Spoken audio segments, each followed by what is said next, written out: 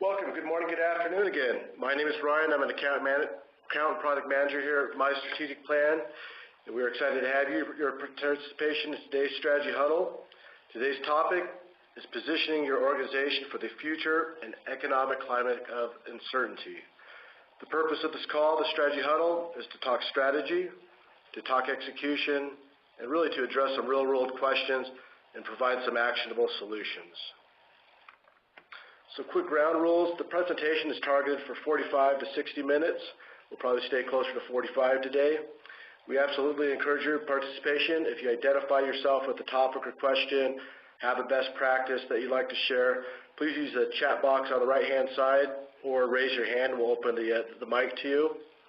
And this is a recorded presentation, so we will email a copy of the slides and a link to the recording as well. And as always, it's just important to remember that this is not a rehearsed presentation. These are on the fly. We take the questions, try to aggregate some of the ideas that people are having, and that is today's topic that's driving today's topic. A little bit about us. Our team is dedicated to inspiring big ideas and creating the laser-like focus to achieve them. We want to be impactful to our customers and our communities, and one of the individuals that leads that charge is joining us today. I'm excited to introduce today's Strategy Huddle leader, and that is Erica Olson. Erica is one of the long-standing Strategy Huddle leading presenters. She's our COO and co-founder of M3 Planning, which is the parent of MyStrategicPlan and really the brains behind the intellectual property of the system. Erica is also the author of Strategic Planning for Dummies and has several spot training videos on strategic planning, both on our site as well as YouTube, to put a face to the name. When not in the office, she's working with our customers, facilitating strategic planning sessions and consulting around execution. With that said, I'll turn the call over to Erica and we'll get the huddle started.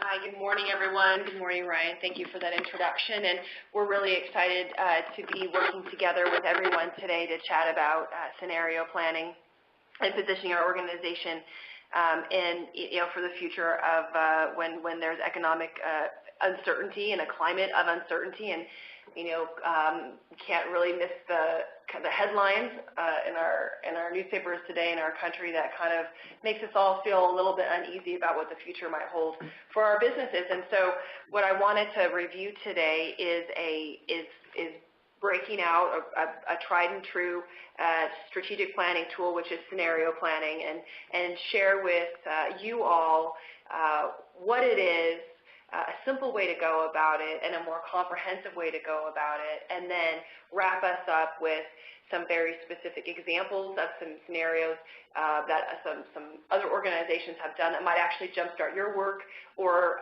also maybe just give you some ideas about how you might do a scenario planning exercise for your organization. So with that in mind, I do actually think that, scenario planning it feels a little bit overwhelming sometimes, especially when you think about the fact that, maybe you just went through a strategic planning process, maybe you're in the middle of a strategic planning process, and so then it feels like there's this whole other component of planning. And I kind of wanted to just share today and say for a lot of companies, you might use a scenario planning exercise when you're casting your vision or setting your vision. Also, you might be thinking, well, it doesn't need to be such a massive undertaking as a whole strategic planning process. It might be a point-in-time exercise that you do. So I kind of want to just set the stage around the fact that it doesn't have to be this monumental exercise. There's some specific things that can be done to accomplish what you need to accomplish when you're thinking about setting your organization in a strong place for the future when the climate is uncertain. So with that in mind, let's kind of just look at the stat. So that's the agenda for today that I just went through. And let's look at the strategy stat of the month. We always like to go through a stat of the month, and this really kind of gives us some external validation for why it's important for us to have a strong strategy, a strong company and strong organizations. That kind of goes without saying. But downturns are roller coasters for weak firms. You might be feeling the roller coaster ride for in your organization right now, and kind of really this is articulated based on margin swings. At least that's the way this particular study was done. that was published by Bain & Company last year. So, of course, all of us want to have a strong, stable organization, but this maybe just really reinforces the point that you can expect to be really on a roller coaster ride if your organization is not strong or you're not in an industry that allows you to absorb the shocks. So, the other thing is I wanted to have in our minds the reason for thinking about solidifying our strategic direction and the organization's future is really about trying to maybe build a moat around the business so we can actually absorb shocks that are potentially bound to come as we kind of go through these economic times. So that's our strategy set, and that's kind of really external validation about why it's important to be a strong, stable organization. So, okay, with that, let's get into the meat of the day. Let's go over kind of an overview of scenario planning. What is it and why use it? It was originally developed by the Army back in World War II, but really put into commercial practice, I would say, from Shell. So Shell Oil Company is very famous for its scenario plans, and we're going to use their work as our example for today. The gentleman's name is Pierre Wack, who really was a pioneer in moving this into a usable, scenario planning into a usable realm for businesses. So his approach is that it's not about trying to solidify uncertainties. More importantly, it's about isolating certainties. So it's a little bit of a shift, but that was really his approach. So it's a tool to isolate uncertainty. It's a tool to isolate certainties, to ask the what ifs and rehearse how you might respond, and to build confidence that your decisions are the best one based on moving from uncertainty to certainty. So really, that's the point. A lot of pitfalls, I think, in scenario planning is that it is sometimes seen as an external or a set-aside exercise from your strategic planning exercises. And I want to share with you at the end of the presentation how we bring the work from your scenario planning back into your strat plan, back into your strategic plan, so that it's not this esoteric exercise. And that's really, really important. And that's what that last point on the slide is intended to articulate, is to say it is about going through a mental exercise that's validated by external research that you then update and make decisions based on and modify your strategy accordingly. So with that in mind, that's what scenario plan is. It's about isolating certainty. So when should we use it? I've mentioned this a couple times, but let's just be really, really clear about this. You might use it when you're actually reimagining your vision. So sometimes we go through a visioning exercise, and we've done so on the strategy huddle, where it's a collective conversation, it's a group discussion with leaders and managers, and then we come to some sort of consensus about what the future might look like. A different way to go about that would be to go through the scenario planning process to figure out where you should be strategically positioned in the future state that you've just gone through in your scenario planning exercises, and then that generates your future state in your vision. So a little bit more targeted in that regard. Perhaps if you're starting from scratch and you want a robust way to develop your strategic direction, that's another reason to use scenario planning. It's a great strategic thinking exercise to get your team, thinking outside of the box. And then most importantly, and that's really what we're getting at today, to help us update our strategy, that's sort of an added point on this slide, as well as potentially develop many action plans for short-term risks. So that's when to use it. We're really going to focus on that last point and the point that I made about the fact that we're going to use it to update our strategic plan to ensure that we have a solid go-forward path and uncovering the certainty, so we know where we will find ourselves, at least with a little more clarity over the next 3 to 5 years when everything seems to be kind of, unraveling a little bit. Okay, so let's talk about scenario planning from a simple approach. So and I call it a little bit tackling the short-term uncertainties. So you certainly could use this for longer-term uncertainties. But I like to think about it as sometimes we've got those questions in our minds that are pretty short-term, and let's just talk about a little bit of a simple scenario planning process and how we might go about it. So, just as a side note really quickly, I do have pretty specific instructions in these slides. So when Ryan sends out the presentation after today, you'll have the instructions so you can go forth and do these exercises yourself in your organization. So, okay, so when do we use sort of this simple scenario planning exercise, and what are some of those short-term what-ifs? So I just kind of have a list of things on here. And we ask ourselves this a lot, when in business meetings and planning sessions, et cetera. So, what if sales are flat or decline? What if they rapidly increase? That's kind of a different way to look at it. Things are feeling a little bit doom and gloom for some organizations, but other organizations today are rocking and rolling, and you might find yourself in that situation. So that's another reason to kind of think about, well, what are we going to do if growth really accelerates? Perhaps receivable collections, you can kind of see, banks stop lending money. That's certainly some issue and risk that some organizations have run into recently. What happens, which we're all asking ourselves right now, what if, Congress doesn't come to a decision about the debt situation? So how might that impact your credit situation if credit is downgraded across the board? How does that impact your financial stability? I just have some examples here. What if one of our biggest customers goes out of business? We lose one of our biggest customers. That can be a pretty big issue for some organizations, especially service organizations that aren't super diverse sometimes in their client base. What if we have a major public relations crisis? I put down here Valdez, but obviously the Deepwater Horizon would be a more appropriate thing to think about of late.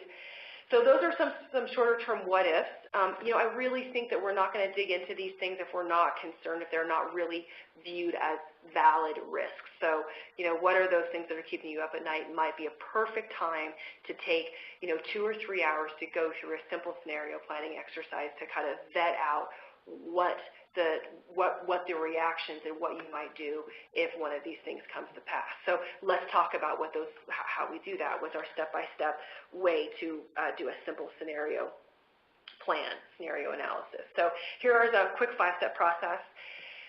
The first thing that needs to happen is you need to define the time frame for this scenario. So, we're talking about it being short-term. So is this what's the time frame? More than likely it's 1 or 2 years when we're talking about this. So when might it occur? Establish the primary variable in your scenario. So if you reflect back on what we were looking at on the previous slide, the variable would be sales, or it might be accounts receivable. It might be liquidity. It might be your customer, your client, client base. It might be the public relations crisis. So that's the variable that I'm talking about there. In this case, in this particular simple approach, we're just identifying one variable, a primary variable that is, again, where the variance or the swing might come from in your business. So then we need to clearly articulate the problem statement, which is just, classic, problem solving approach. So, on a whiteboard, of course, write down what if we lose our biggest client this year, resulting in a 50% decrease in revenue? Or what if new housing starts decrease this year by 20%? So very defined. The effectiveness of this particular exercise rises and falls on the clarity of the problem statement. So you might have a bunch of different ones you want to analyze, and the suggestion here is to be discrete, work one at a time. So then step number 4 is, so if that were to occur, right, what exactly would the situation be for your company? So, and just flesh out the details, and that's a brainstorming step, right? So nothing is necessarily wrong or right in this particular example, but with your team in this step, just kind of, flesh out. So what would your situation be, and what might occur? What's happening internally, externally, if this comes to pass? And then based on that brainstorm, synthesize it down into what your action plan might be if this scenario occurred. And the most important point on this whole thing is develop a trigger point. So coming out of this, what you want to have is a document, a 1 or 2 page document with your action plan, and at the top of it is the articulated scenario and the trigger point. So if new housing starts decrease, if what you're looking at or what you're trying to solve is what if new housing starts decrease this year by 20%, is your trigger point 20%, when that economic data comes in. Maybe your trigger point is 10% because you don't want to wait until 20% because that means you're in an entirely different situation that doesn't give you enough time to react. So, whatever the case may be, certainly what if we lose our biggest client this year, that's kind of a pretty obvious trigger point that, something, either the business drops off or, whatever happens in that case. So however your rhythm of the business is. So anyways, the important point is that trigger point. So I just want to share that one of the organizations that we work with and are associated with is in the construction trade in our particular market. And our particular market's been hit pretty hard by the economic downturn, and they actually were building residential houses. And so they had gone through a simple scenario analysis just like this, and they had gone through an exercise of what if new housing starts decrease by, and whatever, percentage they selected was their scenario they analyzed, and then did come up with a trigger point with a very specific action plan. And that action plan, just to be clear, might have some pretty hard actions in there, such as laying off certain people, positions, or making pretty hard choices to save the business if it's that serious. So, perhaps the action plan is drafted out with your team, but then you might want to go back and really refine it and keep it a little bit closer to the chest based on what actions you really would put in place. So just kind of think about that. At any rate, in the example that I just shared, it did come to pass. The trigger happened. They did actually put their scenario plan, their risk plan in place, their scenario plan in place, and they do have a stable business today, but there were some pretty hard choices that were made. And the reason they have a strong business today is because they had that plan. They weren't on their heels when things started to fall apart. They put the plan in place, made those hard choices when that trigger occurred, and they were able to be proactive in dealing with the downturn in their business as opposed to being reactive. So really, really powerful in that regard. So let's move on to the next section, which is confronting, I called it longer-term uncertainties, but really and that's true, and what I'm talking about here is doing a more comprehensive scenario planning process. So, for some of us, as we're looking at the economic situation right now, and if that's, kind of keeping you up at night, that's obviously a pretty pressing short-term concern that has long-term impacts, of course. So, take that with a grain of salt. My first example is if you've got a couple of hours and you want to tackle something that's pretty discrete, go with the 5-step process I just mentioned. If you've got a little bit more time and you really want to dig into thinking about the future and really trying to isolate those uncertainties and really updating your strategy to make sure you're creating a really sustainable organization, you might consider going in for the comprehensive approach. So just so we know where I'm headed with this, it is a 6-step process, and what I'm going to do is explain the step very specifically, and then we are going to roll in the shell scenarios as we're working through it. So just to set the stage on that for just a moment, and you might, if you care to multitask while we're on the phone today, if you just Google, or actually I think it's actually shell.com/scenarios, you will find a really robust, it's a robust site of Shell's scenario planning and the results of their scenario planning. Now, they set off to explore a very specific thing, so we'll talk about that in just a moment. What's helpful is just to kind of see how they did it. They have a guide on how they did it. What I'm going to share with us today is it simplifies their 75-page guide down to 6 slides. So I kind of tried to take a little bit more of a practical approach because, of course, they have a whole organization that does scenario planning for them. But what it does do for you is kind of gives you an idea especially if you're in their industry or you're impacted, by the energy industry. Their scenarios are something you might consider using yourself directly. So anyways, kind of just wanted to share that with you. And they're the pioneers, they're the leaders, and they just really invest a lot of resources in scenario planning. So let's talk about the more comprehensive approach to scenario planning, and then we'll weave in the Shell example as we're going through. Okay, so certainly when we're talking about doing something more comprehensive, we are talking about kind of dealing with a big what if. So this more comprehensive approach to scenario planning does require pretty robust external research, and so that really stops people in their tracks a little bit because it takes time to do that, as we're all well aware. If you did an effective environmental scan, if you have a good environmental scan, and that's what we're looking at on this slide right here, you can pull that information into your scenario planning, so you can kind of get double use out of your environmental scan. Certainly, of course, what's on here is a traditional pest analysis, political, economic, social, technological. You can add on there environmental or legal. But what's helpful with this is, that particular framework, which we're all probably pretty familiar with, just is a good way to help us think about what are some of those, big trends that are out there that might actually kind of lead to some uncertainties in our organization. So, certainly we're really focused on the economic component right at the minute, but, politically and certainly social and environmental, there's probably some pretty big trends that are occurring out there as well, and they might have impact on your organization. And you can kind of see some of the examples that I have up there on the slide. Okay, so we're kind of dealing with those bigger trend components. So let's go through our 6-step process. So the first step, and it's going to sound fairly familiar, it's just a little bit more complicated. And like I said before, a little more detailed. So the first thing is establish a clear-cut decision or decisions focus. So what's the major issue or decision that you're facing? So for example, is it, it says there's, developing a new plant, entering a global alliance, entering a new market, revamping product distribution channels. So those are some major issues or decisions that you're facing.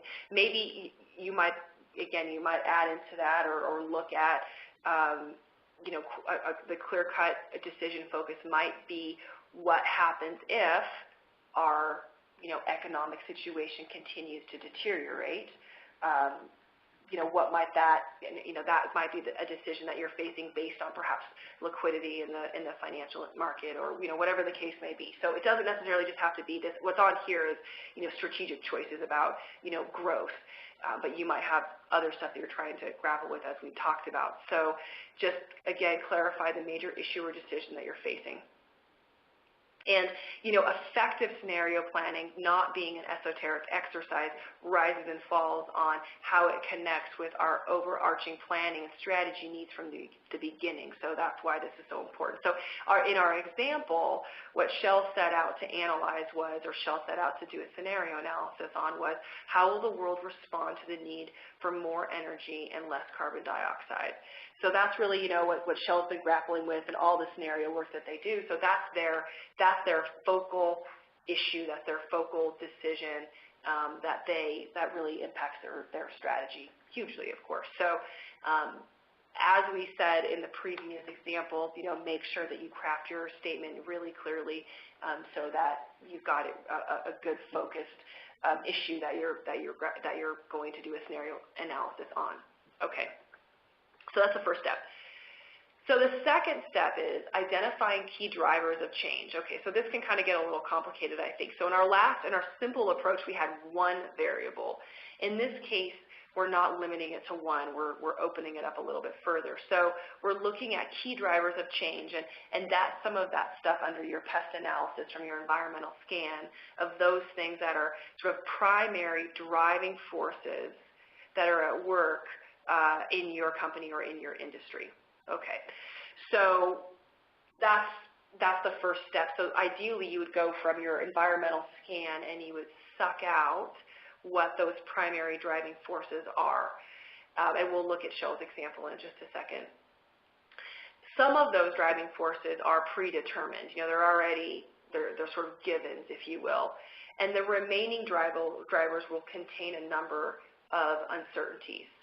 And so what we're looking to do is to get to a short list of key drivers that are critical uncertainties that are relevant to the decision that we're trying to reach, or relevant to the issue that we're trying to address. So adding on to that, this is the research step, is acquiring the research for all the drivers where possible, developing forecast models if you need to. So this is where the significant amount of time and energy gets expended to make sure that we're bringing fact-based information into our scenario analyses, because drivers of change are these external forces that have huge, potentially critical implications on the decision that you're facing. Okay, and then pulling in research to validate that information is sort of the point. I had that tip on there for looking for mega trends. Those were some of those items that were on that pest slide that we had up earlier. Okay, so let's put this into practice. Let's use the shell example here. So these were the critical drivers of change that they identified that drive their scenario planning, drove this version of their scenario planning. So that there will be a step change in energy use, that supply will struggle to keep pace with demand, it should say.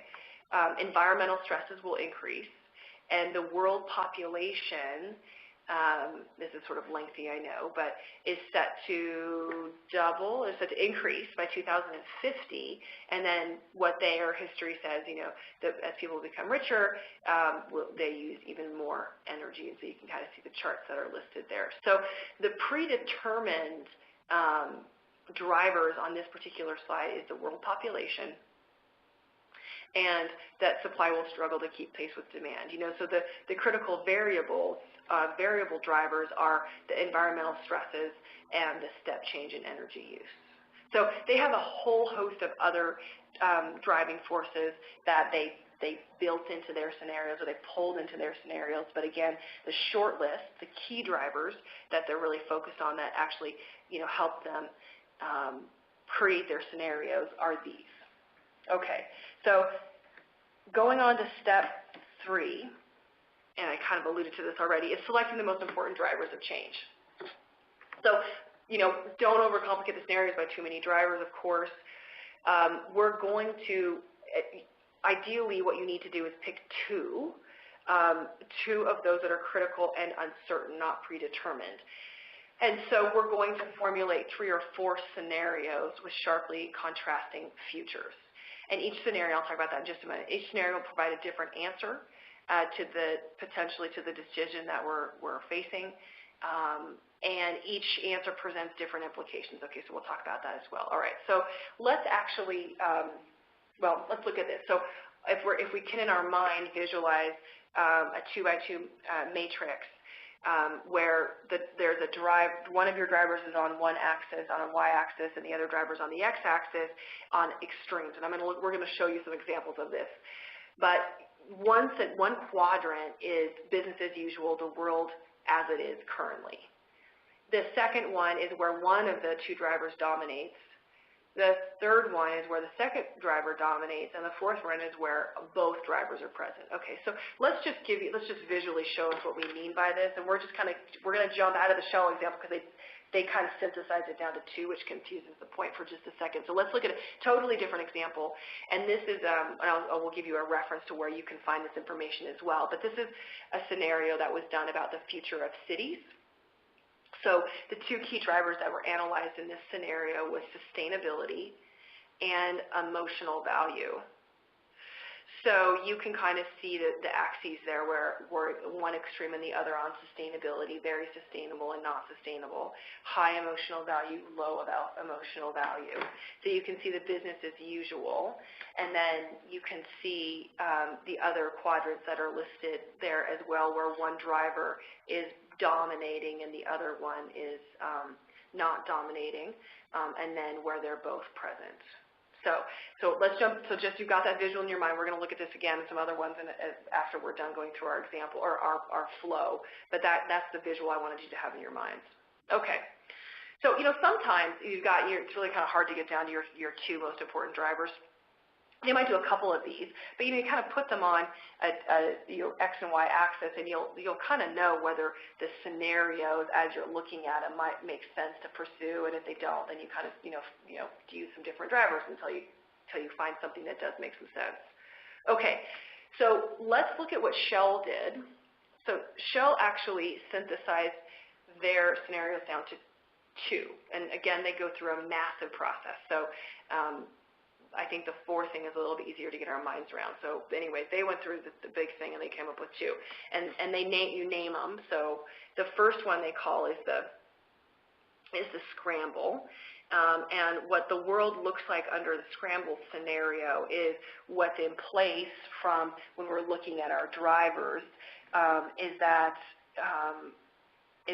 step change in energy use continues.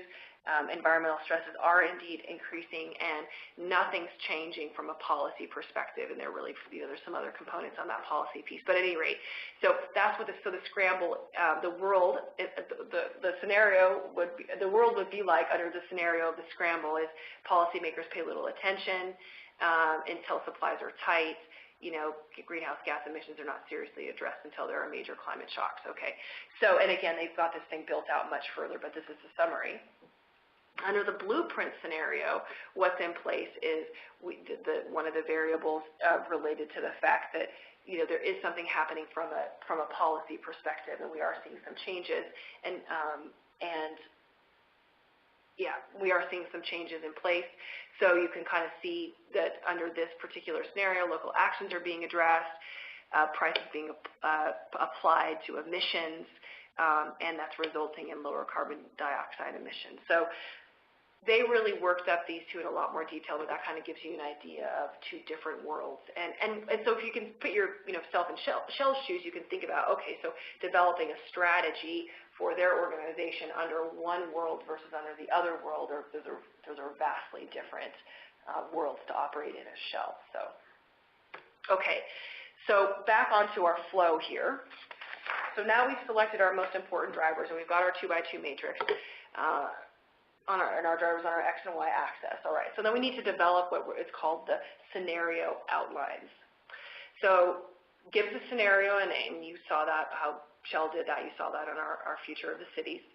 And then brainstorm what the world looks like in that scenario. So you're working each quadrant, right, and you're brainstorming. And this is where the data really becomes useful, because while it's interesting to kind of put conjecture on what the world might look like, it's better if we can do it from a fact-based perspective. So there's a little bit of managerial insight and gut check on that, which of course, but when all possible, use data if you can.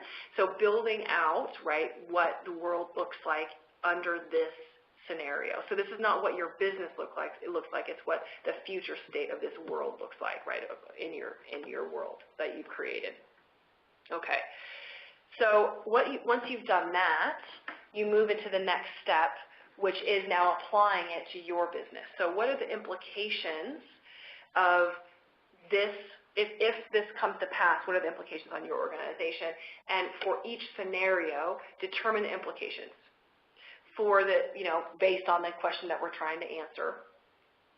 And this, of course, helps you rehearse how you might respond if this scenario actually becomes a reality. And then you can kind of see some of the other items that are on there as well. So now you got your 4 quadrants, right? And off to the side, you can kind of see, all right, what are the implications for each one of these, and be very discreet and work through it. And then step 6 is bringing it together and actually summarizing overall strategies and actions that you might take if all of these, so where are the similarities based on the different implications that you pulled out from the 4 different scenarios. So, it's sometimes, and what normally happens is you should be able to come up with some consensus about what some strategic actions you might take that play across multiple scenarios.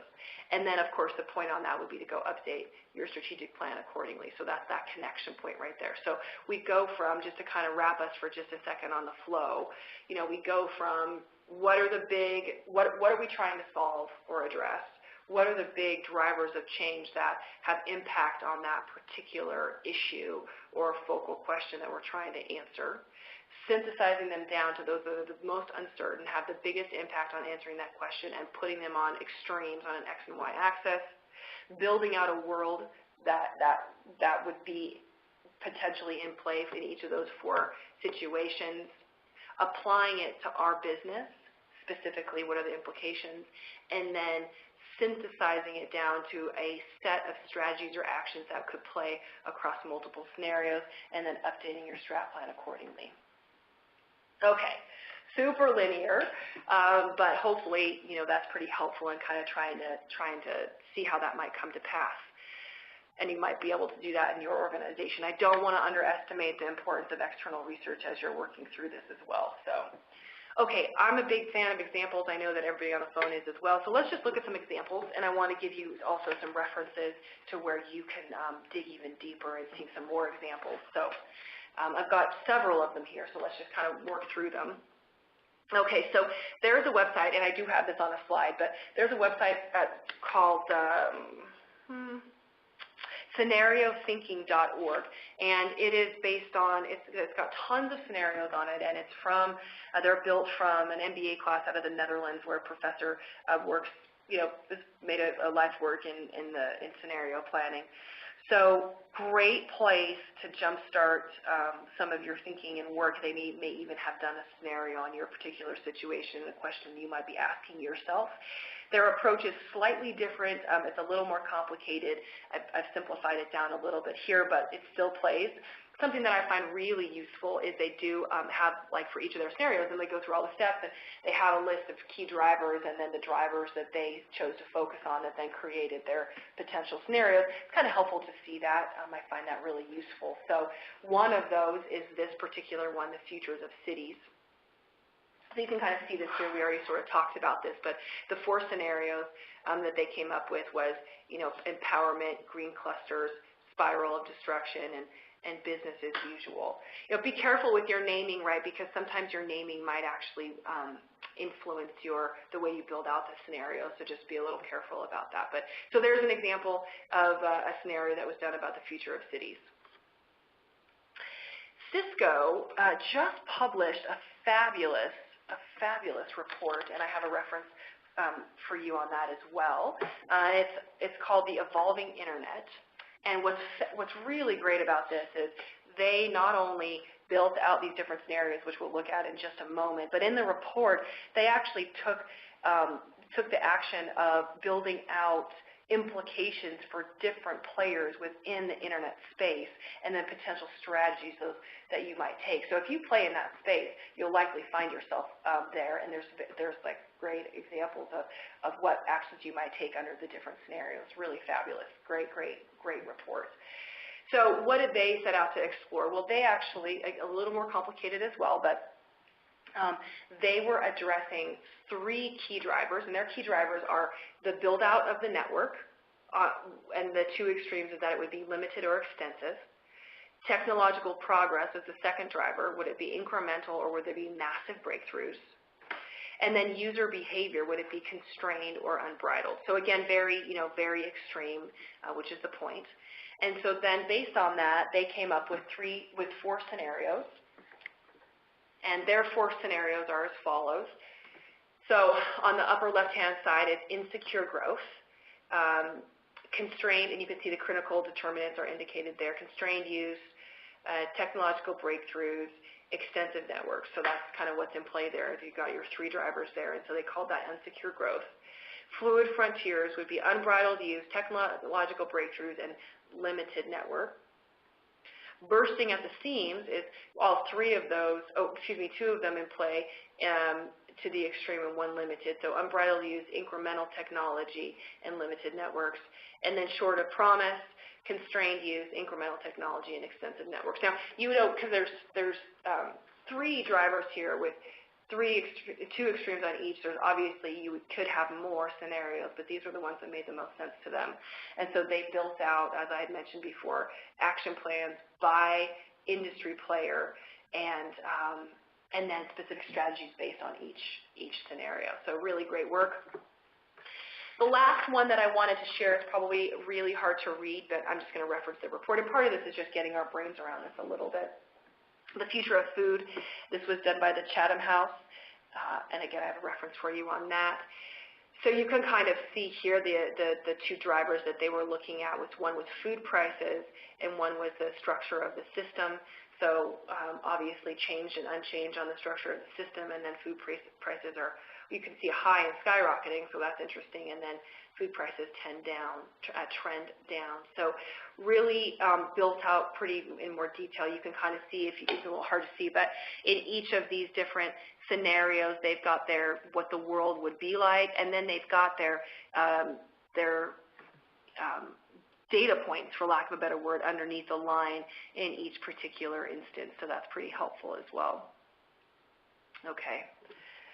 So with that in mind, here's just a list of resources that I've mentioned, and it is shell.com/scenarios, but you can Google it as well.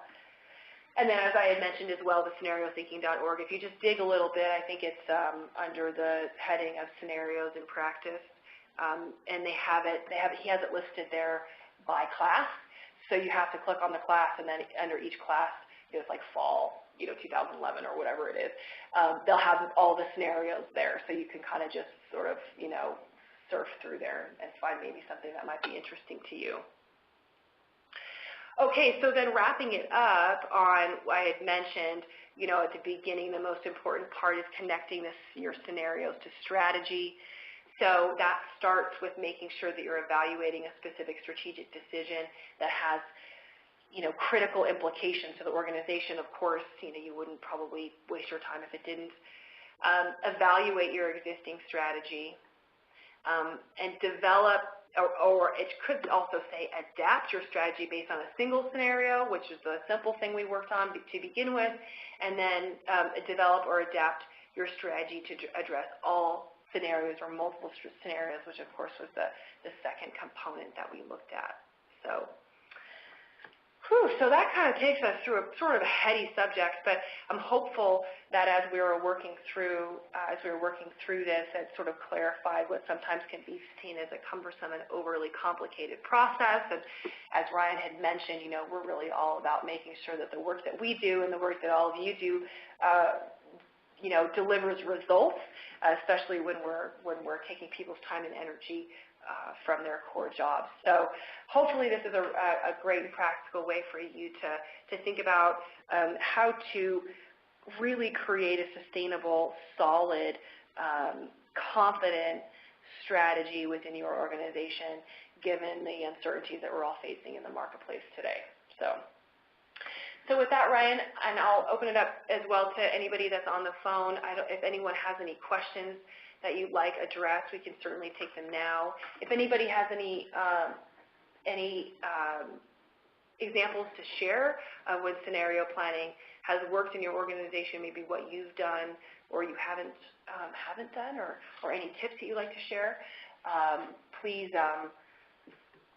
raise your hand. I think the hand raise is on the left-hand side in your chat box. So we'll take just a minute and give you a second to see if anybody wants to share or if there are any questions.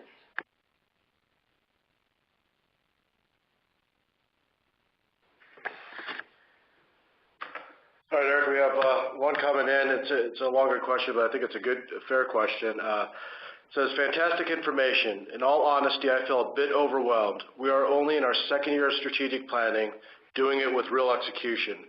My question, internally we have verbalized this need, just not calling it scenario planning. Not knowing our business or industry, generically, what are your thoughts on scenario planning given the current economic turmoil, not to mention the politically driven potential? We are dependent on credit, and that is critical. Are we better off focusing on our strategic plan, or should we invest some time here? Well, yeah. So I think, one thing is sometimes not calling things what they are is helpful. So maybe depending upon where the organizational energy is right now, you can just name this as part of your strategic planning process and not call it scenario planning, because that keeps the momentum that you've built around your planning, So I think sometimes calling things new or adding or introducing new things does not do anybody any good. But I do think it would be really useful for all of us on the line today and all of our businesses or those businesses that we work with to help people work through at the very base level the simple scenario approach that I shared.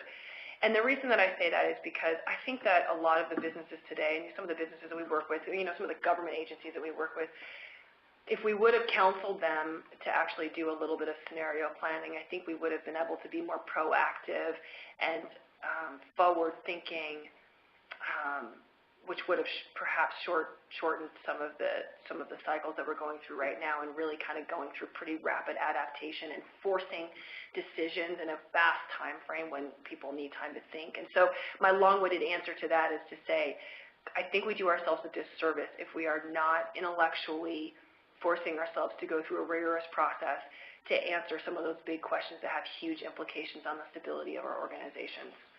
That said, we don't have to kill ourselves with a 6-month research-intensive exercise, but you can do that simple process, which is why I shared the simple process. And you should, I think, as a management team, I would advocate absolutely, exploring what the world would look like if the credit situation deteriorates.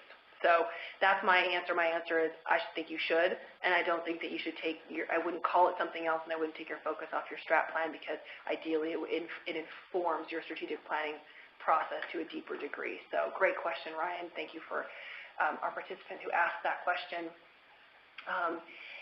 Certainly, as usual, and I think we don't have any hands raised, so we can wrap it up. Just kind of wanted to just share, as we always do, what comes next. So date for the next huddle, 24th. Love to hear what's on your minds. We're always open for topics that you want to huddle up on. We also would love to hear from you. If you want to share best practice, please let us know. Of course, follow us on Twitter and Facebook. Great resources available on MyStrategicPlan.com. And as we had mentioned before, we'll be sending the slides as well as a recorded link to everyone who participated today. Kind of just wanted to wrap up to something we've done based on our scenario planning as we launched some specific services. So those are some services that are up there for those folks that need some one-on-one guidance but need to keep it within budget. So that's a sort of a simple way that we're helping and working with our customers today. Kind of wanted to share that. And then, of course, here's our contact information. We're here to be a resource and to be of service to all of us in the world of strategy and planning. So certainly ping us, give us a shout. Chat with us and let us know what's on your mind and if there's anything that we can help with. Thanks for your time today. It's a pleasure as always. Have a great rest of the week, and we hope to see you all on August 24th as well. Take care. Thank you, Ryan.